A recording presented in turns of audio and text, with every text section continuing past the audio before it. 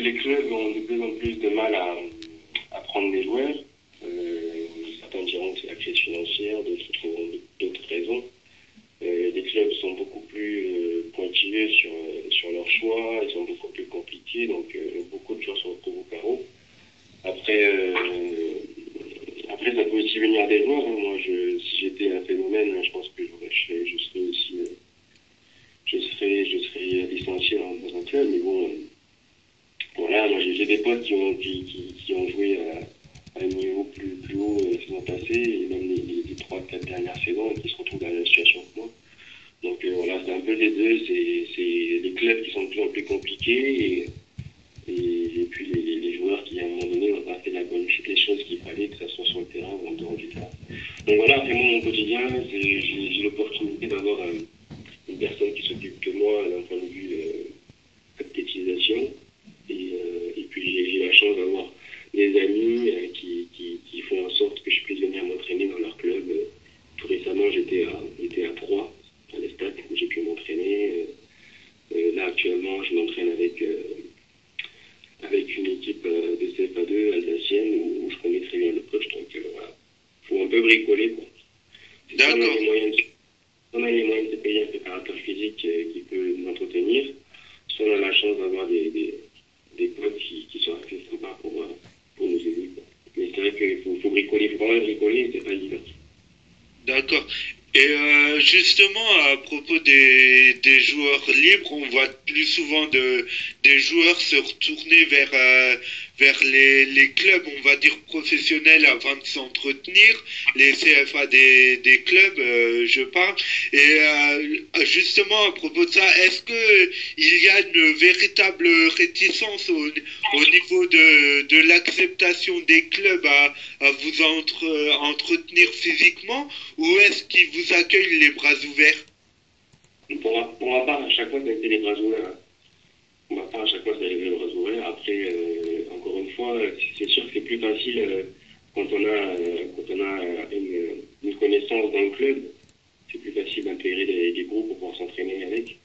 Mais je sais, de par mon expérience et de par les échos que j'ai d'amis aussi dans la situation, il est assez facile de trouver où s'entraîner, quoi.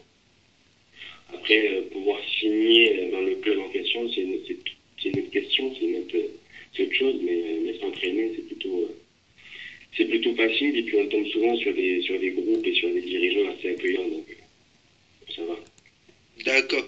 Et vous vous entraînez juste, vous pouvez pas faire de matchs, on va dire, de compétition à un moindre niveau. Je pense à la CFA où là vous dites que Non, vous vous entraînez avec la CFA2, vous pouvez pas faire de matchs. non, c'est soit je peux faire je peux participer aux oppositions amicales ou des choses comme ça, mais pour les matchs officiels, non, j'imagine qu'il faut être licencié, il faut que ça soit assez correct, donc non. Pour les compétitions et les matchs officiels, c'est pas possible. Par contre, il arrive que les coachs organisent des matchs amicaux des oppositions comme ça, et puis là, je peux y participer. Ouais. D'accord. Et au jour d'aujourd'hui, est-ce que vous avez des touches dans différents clubs? Pas tellement. Puis après, faudrait connaître aussi la définition des touches, parce que si on en croit les clubs ou les rumeurs, on a des touches partout. Mais non, non, j'ai pas vraiment de touche, non. J'ai pas vraiment de touche. J'ai pas vraiment de touche, et puis encore une fois, les clubs sont plutôt compliqués, et que ça soit des clubs de national ou de CFA, c'est tout aussi compliqué que si j'avais tapé à la porte d'un club de Ligue 1 qui aurait été champion, quoi. C'est vraiment, les clubs sont vachement compliqués.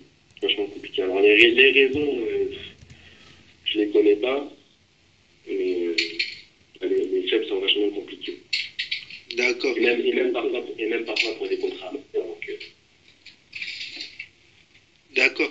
Donc, vous m'avez dit que vous êtes parti un petit peu à l'étranger après Strasbourg, et avec le recul, est-ce que c'est on va dire, un mauvais choix de carrière, puisque aujourd'hui, on le voit, vous êtes sans club. C'est ça, c'est ça.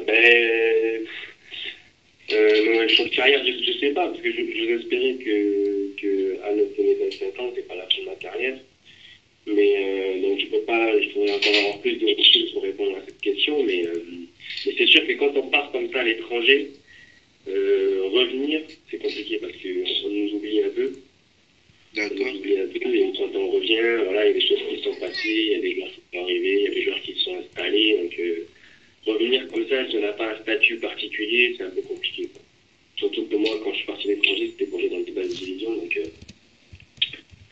quand on revient comme ça, même pour du CFA, c'est compliqué parce qu'il y a déjà des joueurs qui sont dans le milieu, qui sont déjà dans la rotation et qui sont installés. Donc après, c'est compliqué d'intégrer ces clubs-là ou ces divisions-là. D'accord. Parce que justement, quand on part, on est un peu oublié, quoi. D'accord, tout à fait. Donc, je reviens à l'épisode strasbourgeois. Vous avez été finaliste de la Coupe d'Alsace en 2007, c'est bien ça? Ouais, c'est ça, ouais. Et C'est ça. par la suite, qu'est-ce qui n'a pas fonctionné donc à Strasbourg? Ben, premièrement, peut-être que j'étais pas au niveau, déjà. D'accord, c'est bien de Après, le reconnaître. bah oui, peut-être que j'étais pas au niveau. Après je pense aussi que il y a le terrain, il y a aussi l'extra sportif où il faut être bien entouré. Il faut, parce qu'il y avait aussi des mecs qui étaient pas plus talentueux que d'autres qui continuent à être dans le truc. C'est peut-être parce que, à côté de ça, il y avait des gens qui pouvaient appuyer d'un point de vue contractuel ou après, il y a beaucoup de choses qui rentrent en compte, hein. Il y a aussi la gueule de la personne qui revient pas. Il y a beaucoup de choses. Il y a peut-être aussi le moment où on arrive, parce que à l'époque où moi j'y étais, l'équipe première avait quand même des joueurs de très grande qualité. Peut-être que si j'étais sorti dans une promotion 2 3 ans après, ça aurait été plus facile d'évoluer en national, par exemple, vous voyez. Et D'accord. ouais, il y a plein de choses qui rentrent en compte. Il y a le moment où on arrive, il y a aussi les qualités du joueur, il y a aussi l'organigramme des dirigeants. Il y a aussi, il y a beaucoup de choses. Il y a beaucoup de choses. Donc je pense que c'est un tout. Je pense que c'est un tout. Je pense dans un premier temps que j'étais trop jeune, enfin trop jeune, que j'étais encore plus jeune dans la tête et que j'avais pas compris quelles étaient les choses à prendre en compte pour pouvoir faire mon trou. Et puis à cause de ça, je pense aussi que j'aurais pu m'armer plus que je ne l'ai été. À savoir, par exemple, je sais pas moi, aujourd'hui on parle beaucoup de managers ou d'agents, avoir peut-être l'agent qui a le bras long ou l'agent qui est un peu plus, qui fonce un peu plus. Voilà. Je pense que ça aussi, ça a pas mal joué, quoi. Donc, en gros, c'est un peu ce qui vous a manqué, d'avoir un agent, des connaissances et un conseiller. Je pense que ça a pas mal joué parce que j'étais pas non plus. J'étais pas non plus. Enfin, si je suis arrivé si je suis arrivé à ce niveau-là, c'est qu'il y avait quand même un potentiel, un certain potentiel, et que je pense qu'à un moment donné, il aurait peut-être fallu faire jouer ça, ou alors peut-être il aurait fallu prendre la décision de partir au bout de 6 mois de contrat pro, partir peut-être à 19 ans être dans un club de CFA ou national et de pouvoir jouer régulièrement, comme beaucoup le font aujourd'hui. Aujourd'hui, les joueurs qui ne sont pas passés par un centre de formation et qui évoluent très jeunes en CFA, des CFA, ont beaucoup plus de crédit qu'un mec qui a fait peut-être toutes ses classes en centre de formation et qui finalement, arrivé à la Pro des Pro, il ne peut plus continuer parce que peut-être qu'il y a quelqu'un de plus costaud à son poste ou voilà, quoi. Alors il sera voué à jouer en réserve pro pendant 2 3 ans, alors que s'il était dans un club de CFA à 17 ans, il aurait été plus rendu, quoi. Voilà, tout à fait. Donc, vous nous avez dit en préambule que vous veniez de Marseille. Et donc, j'imagine votre club de cœur, ça doit être l'Olympique de Marseille, non? C'est ça, ouais. Et quel regard portez-vous justement sur ce club qui, qui semble, on va dire, qui semble remonter la mauvaise passe qu'elle a eue. Bon, après, je suis pas, moi, je vois ça en tant qu'amateur de football, en tant que supporter. J'ai pas évolué à ce niveau-là. Je sais pas quelle est la pression à ce niveau-là. Je ne sais pas quels sont les, je n'ai pas l'avis d'un joueur de Ligue 1 et de l'Olympique de Marseille, mais après, ce que c'est un club qui, jusqu'à présent, a su et a pu surmonter les plus grandes difficultés. Donc, je pense que le fera encore là. Bon, là où le souci de Marseille est amplifié, c'est qu'en face, il y a le PSG qui est dans une autre dimension. Et c'est sûr qu'en tant que Marseillais, quand on voit le PSG à ce niveau-là et qu'on constate que son équipe marseillaise est à la place où elle est aujourd'hui, c'est sûr que c'est dur. Et forcément, ça fait plus de bruit que si le PSG, par exemple, était derrière l'Olympique de Marseille, quoi. Je D'accord. pense que ça ajoute pas mal. Justement, est-ce que vous pouvez nous en parler un petit peu du Paris Saint-Germain? Bon, vous dites à votre niveau d'amateur, mais nous aussi, hein, je vous rassure, on cherche pas des scoops, on cherche juste à savoir différents avis. Donc, qu'est-ce que vous pouvez nous en dire? Ce qu'il faut savoir, c'est que qu'on soit supporter de Marseille ou de PSG ou une autre équipe, je pense que c'est une bonne chose pour le football français parce que voir autant de stars dans le championnat, voir aussi la manière dont les mecs jouent ensemble, voir comment Laurent Blanc gère cet effectif, je pense que ça c'est une bonne chose parce que j'imagine que beaucoup de jeunes Français de cette génération-là, enfin, les jeunes qui ont je sais pas moi, entre 5 et 12 ans et qui voient le PSG d'aujourd'hui, je pense que ça sera peut-être sûrement des bons joueurs ou de bons techniciens dans les années à venir. Et donc, premièrement, pour le football français, c'est bien. Et puis aussi pour la ville de Paris, d'avoir un club à la hauteur de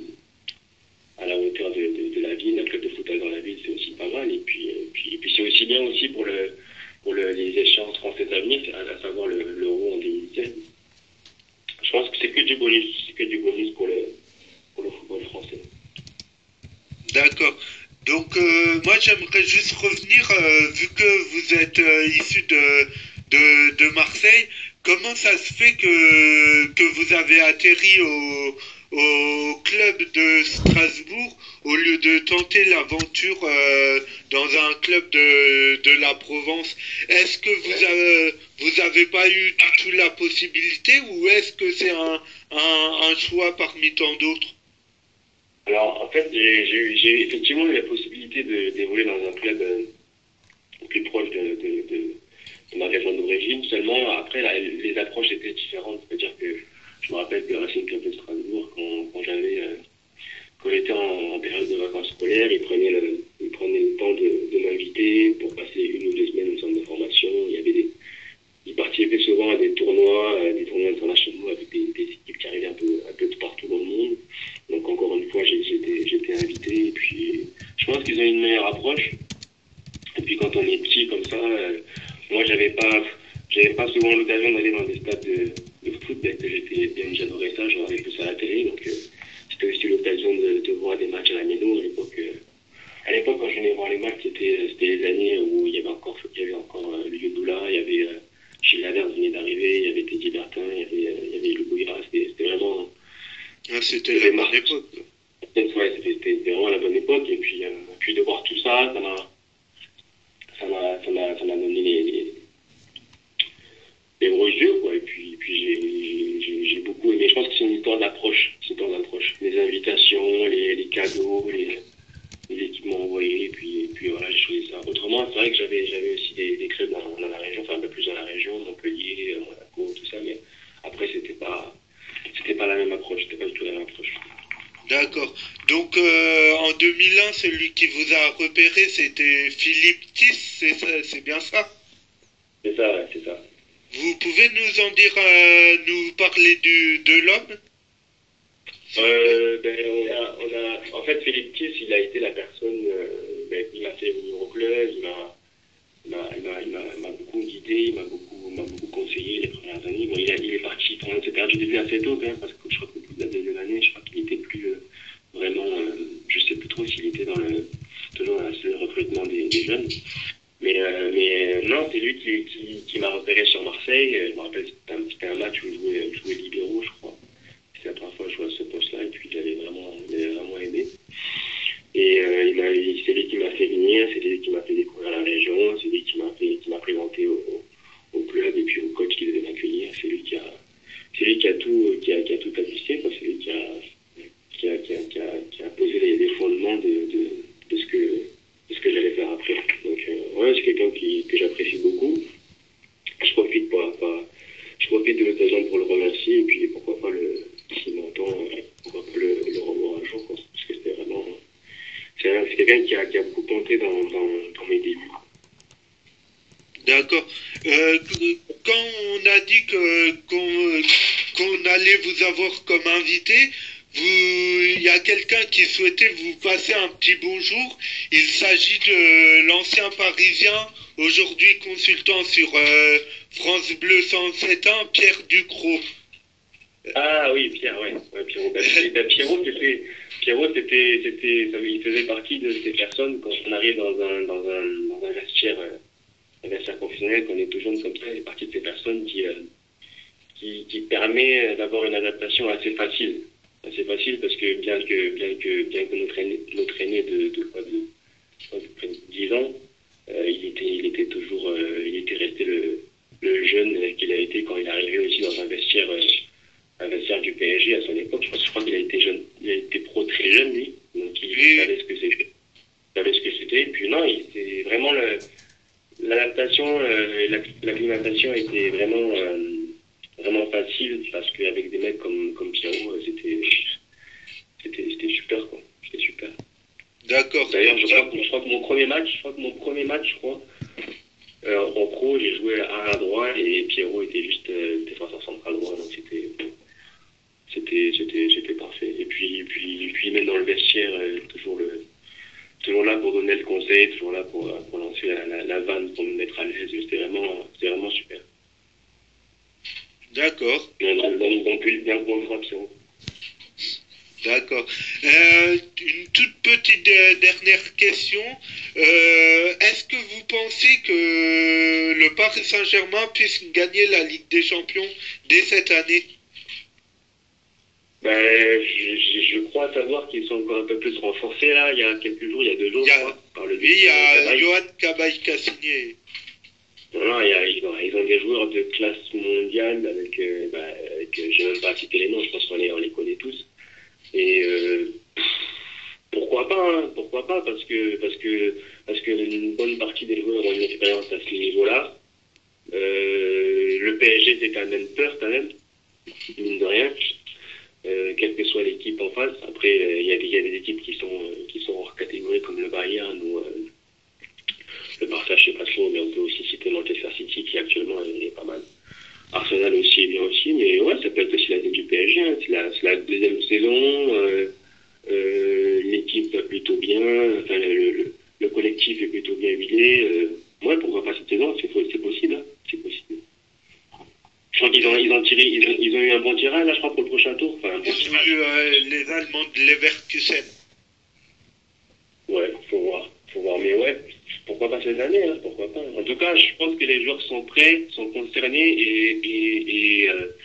et j'imagine bien que c'est peut-être même l'objectif premier de la majeure partie de l'équipe. Donc, ouais, pourquoi pas cette année, hein, c'est possible.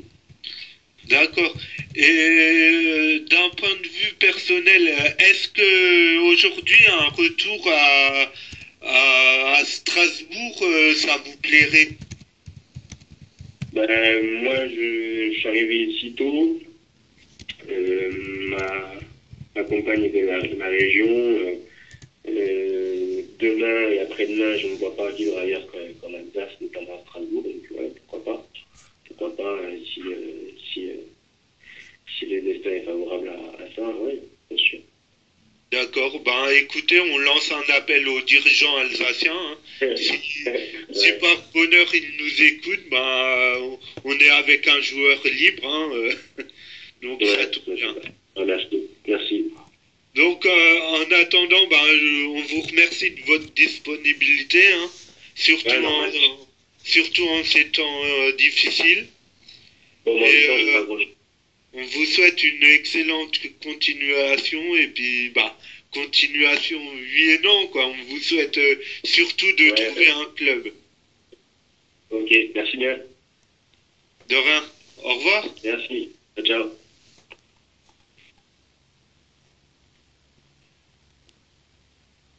Voilà, donc c'était un joueur libre, hein, la personne de Manfred Ekwe et Bell. Donc il était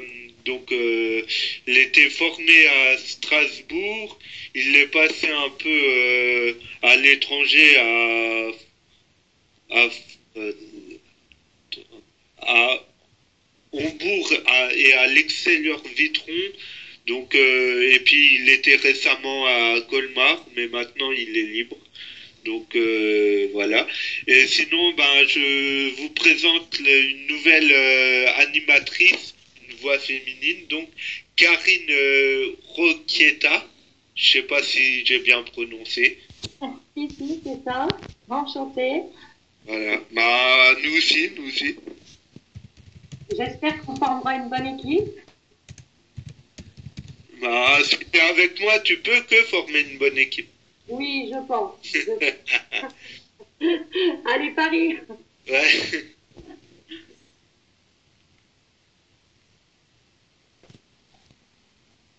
Je suis une grande fan du PSG depuis plus de 15 ans et puis voilà, j'ai fait connaissance de François Poiret qui a lancé sa radio web Au Ville Lumière et je tiens à m'intégrer avec eux pour essayer de justement parler beaucoup du PSG, bien sûr, ce qui est logique, et puis avoir une bonne équipe, une bonne entente, et voilà quoi. À nous de jouer maintenant, on va dire. Voilà, merci beaucoup.